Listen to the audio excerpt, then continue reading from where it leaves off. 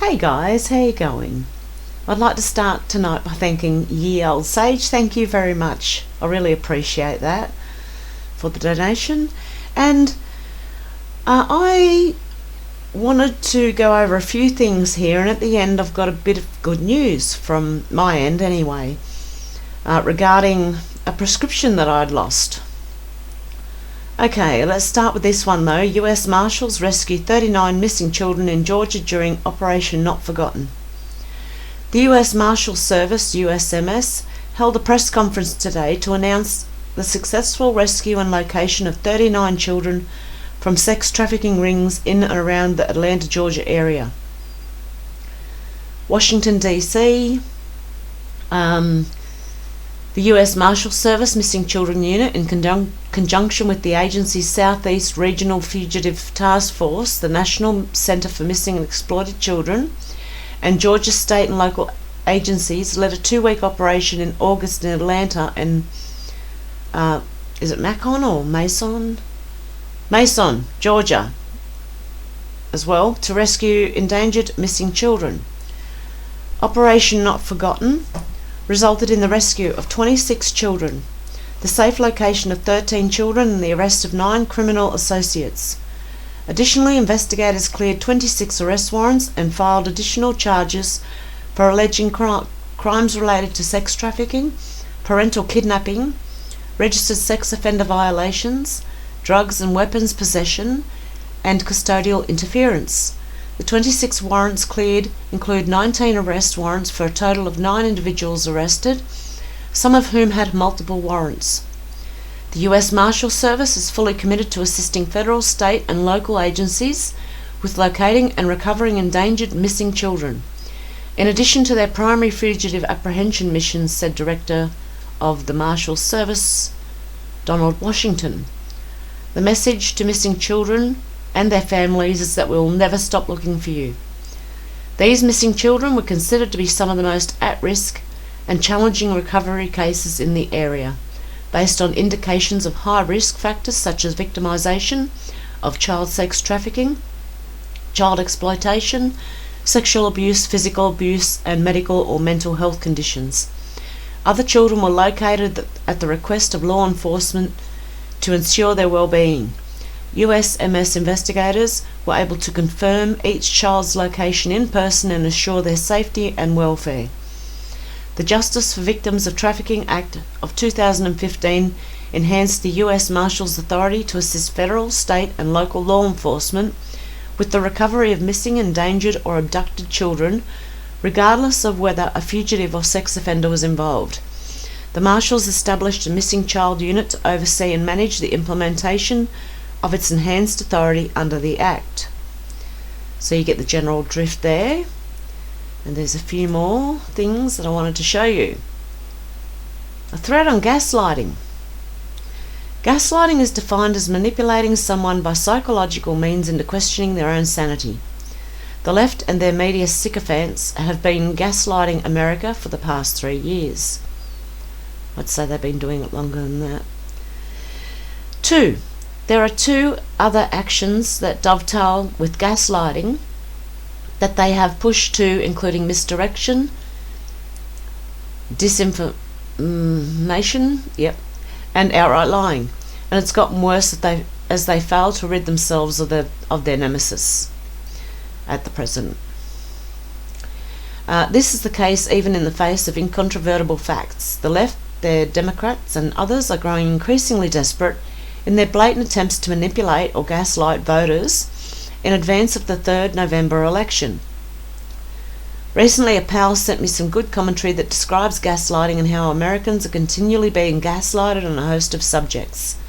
You can make that Australia, Canada, UK, everywhere. I don't know the original source of the commentary, but I agree with it completely. I suspect it will resonate with you too. Okay, commentary begins. Have you ever asked yourself, am I crazy, just dumb? If you've ever asked yourself that, you are not either. You're most likely being gaslighted. Gaslighting is a form of psychological abuse aimed at controlling a person by altering reality to the point where the person will doubt their own sanity. The term gaslighting comes from a 1930s play called Gaslight. The main character in the play literally tries to drive his wife crazy by gradually dimming the gas-powered lights in their home. When she notices the lights dimming, her husband not only denies that the lights are dimming, but he convinces her that she is imagining it to the point where she questions her own sanity. We are living in a perpetual state of gaslighting. The reality that we are being told by the media is at complete odds with what we're seeing with our own two eyes. And when we question the false reality that we are being presented, or we claim that what we see is actual reality, we are vilified as racist or bigots or just plain crazy. You're not racist, you're not crazy, you're being gaslighted. New York State has twice as many deaths from COVID than any other state, and New York has accounted for 1/5 of all the deaths. But we're told that New York Governor Andrew Cuomo has handled the pandemic better than any other governor. But if we support policies of governors whose states only had a fraction of the infections and deaths as New York, we're called anti-science and want people to die. So we ask ourselves, am I crazy? No, you're being gaslighted. We see mobs of people looting stores, smashing windows, setting cars on fire and burning down buildings. But we're told that these demonstrations are peaceful protests. And when we call this destruction of our cities riots, we're called racists. So we ask ourselves, am I crazy? No, you're being gaslighted. We see the major problem destroying many inner cities is crime. Murder, gang violence, drug dealing, drive-by shootings, armed robbery. But we are told that it is not crime, but the police that are the problem in the inner cities. We are told that we must defund the police and remove law enforcement from crime-riddled cities to make them safer. It's a bit of an oxymoron, isn't it? But if we advocate for more policing in cities overrun by crime, we are accused of being white supremacists and racists. So we ask ourselves, am I crazy? No, you're just being gaslighted. The United States of America accepts more immigrants than any other country in the world. The vast majority of the immigrants are people of colour, and these immigrants are enjoying freedom and economic opportunity not available to them in their country of origin. But we are told that the United States is the most racist and oppressive country on the planet, and if we disagree, we're called racist and xenophobic. So we ask ourselves, am I crazy? No, you're just being gaslighted. Capitalist countries are the most prosperous countries in the world. The standard of living is the highest in capitalist countries. We see more poor people move up the economic ladder to the middle and even the wealthy class through their effort and ability in capitalist countries than any other economic system in the world. But we're told capitalism is an oppressive system designed to keep people down. So we ask ourselves, am I crazy? No, you're being gaslighted. Communist countries killed over 100 million people in the 20th century. Communist countries strip their citizens of basic human rights, dictate every aspect of their lives, treat their citizens like slaves, and drive their economics into the ground. Or economies, sorry. But we're told that communism is the fairest, most equitable, freest, and most prosperous economic system in the world. So we ask ourselves, am I crazy? No, you're being gaslighted. The most egregious example of gaslighting is the concept of white fragility. You spend your life trying to be a good person, trying to treat people fairly and with respect. You disavow racism and bigotry in all its forms. You judge people solely on the content of their character and not by the colour of their skin. You don't discriminate based on race or ethnicity, but you're told you're a racist, not because of something you did or said, but solely because of the colour of your skin. You know instinctively that charging someone with racism because of their skin colour is itself racist. So you know that you are not racist, so you defend yourself and your character, but you're told that your defence of yourself is proof of your racism. So we ask ourselves, am I crazy? No, you're being gaslighted. Gaslighting has become one of the most pervasive and destructive tactics in American politics. It's the exact opposite of what our political system was meant to be. It deals in lies and psychological coercion and not the truth and intellectual discourse. If you ever ask yourself if you're crazy, you are not. Crazy people aren't sane enough to ask themselves if they're crazy. So trust yourself. Believe what's in your heart. Trust our eyes over what we are told. Never listen to the people who tell you you're crazy, because you're not. You're being gaslighted. And we can see that in every country, every Western nation. In fact, the entire Democrat convention was nothing but gaslighting and anti-Trump hate fest aimed at convincing Americans that jumping on the Democrat left-wing bandwagon is the only sane thing to do. Not one condemnation of the violent rioting and chaos in the streets. And I agree with it. I agree with this.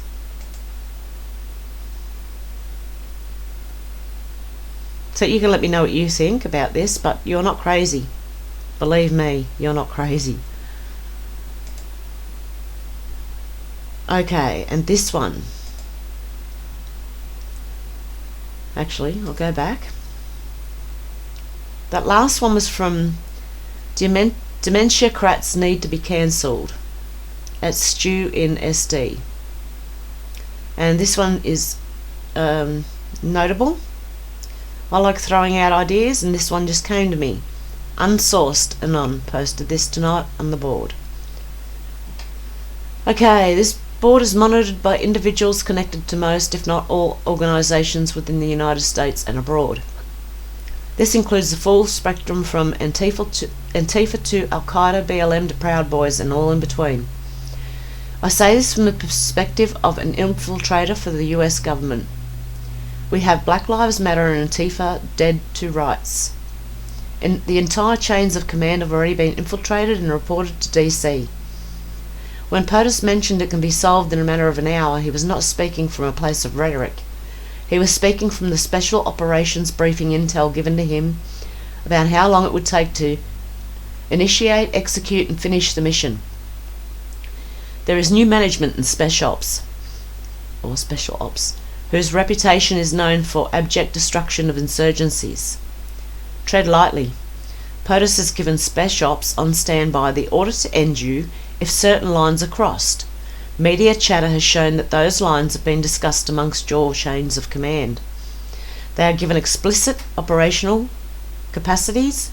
Lethal force is not only available, it will be the only force they will have. 7 names, 4 locations, 13 vehicles. You have no idea the power of surveillance when you carry a digital device. You have no idea the accuracy of Special Ops operators to execute a mission. I will be blunt. I will be direct.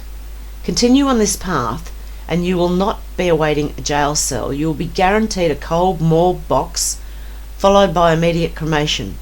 You forfeited your rights with your actions and your written and spoken records. I would rather you live and follow a peaceful, happy life. In fact, I beg this of you. The only other option is fatal.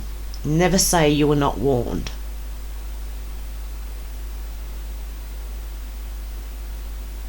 And that is to all of these and in between.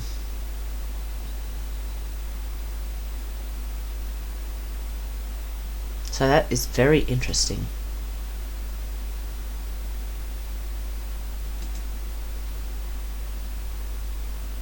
Okay, and this will be the last one. I've written this is from Corinne Barraclough. I've written this because newsflash, women are not exempt from criticism. And this is what's happening in Australia with gaslighting. Same thing. Again. Once it opens. Okay. Let's just make this bigger so we can hopefully... This is Lisa Wilkinson. I don't like this lady. She's evil. Okay. Magda. Lisa Wilkinson and the feeble gender card. So utterly predictable. Who was surprised to see darling of the hard left Magda Spansky sign up to take part in Dan Andrews' government ad campaign in the fight against coronavirus? No one. Who was surprised that deputy darling of the hard left, the project's Lisa Wilkinson, used it as an opportunity to whinge about sexist trolling? Same number as above. The criticism that flared up at Magda taking part was quick and fierce after the ad campaign was launched. It swiftly fell into anti-vax commentary and became hijacked by those who appear to be convinced that coronavirus is all a conspiracy. The wheels came off very quickly, but what is really interesting is to see leading figures of the far left hopping in to shout misogyny. Lisa Wilkins retreated, from Magda Sabansky to Sam Frost to Emma I can't even say, just about every woman in between. These days it seems it doesn't matter your talent, your good intentions and your social conscience, your looks if you're female, and put yourself out there and expect to be trolled. That didn't even make much sense to me. Anyway, what a load of rubbish. How about we reverse the genders in that statement and look at this? From Steve Price to Alan Jones to Ben Fordham and just about every conservative man in between, these days it seems it doesn't matter your talent, your good intentions, your social conscience, your looks. How is that even acceptable to drop in if you're a male and put yourself out there to expect to be trolled? You cannot sit on screen and spout this relentless poor woman narrative, and now it comes up, pushing an anti-men agenda and then attempt to play the gender card. Perhaps Lisa needs to consider that criticism is fierce of anyone who voices their opinion in this age of social media. Perhaps Lisa may also consider that criticism of Magda may be because she chose to align with the government, which is currently dissolving democracy before our very eyes. Perhaps Lisa may, while she's at it, additionally contemplate that women are sometimes criticised because people don't like them. It's not because they're women. Many people dislike Magda, not because she's a woman, but simply because they don't like her. Newsflash, women are not exempt from criticism. Okay, so I don't know, that was kind of interesting. But this woman, I remember her saying that we all need to teach our boys not to rape women. And I don't know anyone in their right mind, any parent, who would teach their children or their boys that it's okay to do that. There's no way. This woman is insane. She must live in a little bubble all of her own. Okay, and the last, I had to edit it and put another part in here because someone mentioned it and I pinned their comment to my last video. Not only a petition, but there is a class action lawsuit going on for Victorians right now if you would like to join in. It is in the pinned comment of my last video. Sorry, not a tweet. It's in the pinned comment of my last video. You can go back and find the pinned comment, should be at the top, the very first comment. And in those comments, I think is a link to the class action lawsuit. But this is another one. Please sign and share. All Australians concerned about their rights being taken away, especially those in Victoria, please sign and share this petition and join us to learn what else we as a collective can do together. So I'll include this link down below too, so you can have a look at it and sign the petition if you like, which I think probably we should all do anyway. But don't forget that Scott Morrison has stopped and is rolling back, in fact he's taking back a lot of foreign ownership of Australia, and from the look of it he is about to override Daniel Andrews and open Victoria back up. So we'll have to see where that goes, but he is, I do think still, I know people say he's got an ankle monitor on, and he might have, and he might not be a good guy, but he is working with Trump. He's been talking about the Constitution, constitutional this, and things. It's going back, guys. We are going back to the Constitution. But we need to keep pushing. It doesn't mean we give up and just stop. We need to keep pushing. So keep pushing. Okay, and the update on what happened with me, which was interesting. A couple of weeks ago, the doctor wouldn't give me reprint out the repeat of that medicine, because I had a repeat, but I just lost it when I moved. And the doctor should have been able to print me out the repeat. But the doctor at the time, I don't think she understood what I was telling her and said she can't write a prescription. And so I was thinking of that over the last week or so, or more. And I looked at the TGA website, which is the Therapeutic Goods Australia website. And it said that if you previously had a prescription or a repeat, you could still get it. It was only people having it, like trying to use it for COVID, that they couldn't give it out for COVID. So I ended up ringing the chemist back, who said, look, you should be able to get them to reprint the repeat of that prescription. So I rang that doctor's back and spoke to a different doctor this time, and he wasn't going to do it either. And I said, I'm not asking for a written prescription, I'm asking for the repeat that I already had. And the doctor gave it to me. In fact, he faxed it over to the pharmacy for me. So there you go, guys. That just took me to sit back and think about it for a while and understand that the doctor that I was talking to, and even this doctor, thought I wanted them to write out a new prescription. That's not what I wanted. I wanted my repeat printed out because I had lost it. So there you go. I'm very, very happy about that, because I was starting to go back into pain and the swelling and everything was starting again. So I am very, very happy about that. So yay, I'm cheering. Anyway, guys, let me know what you think of all this down below, and I will be back tomorrow with more. Okay, guys, have a good one. Bye.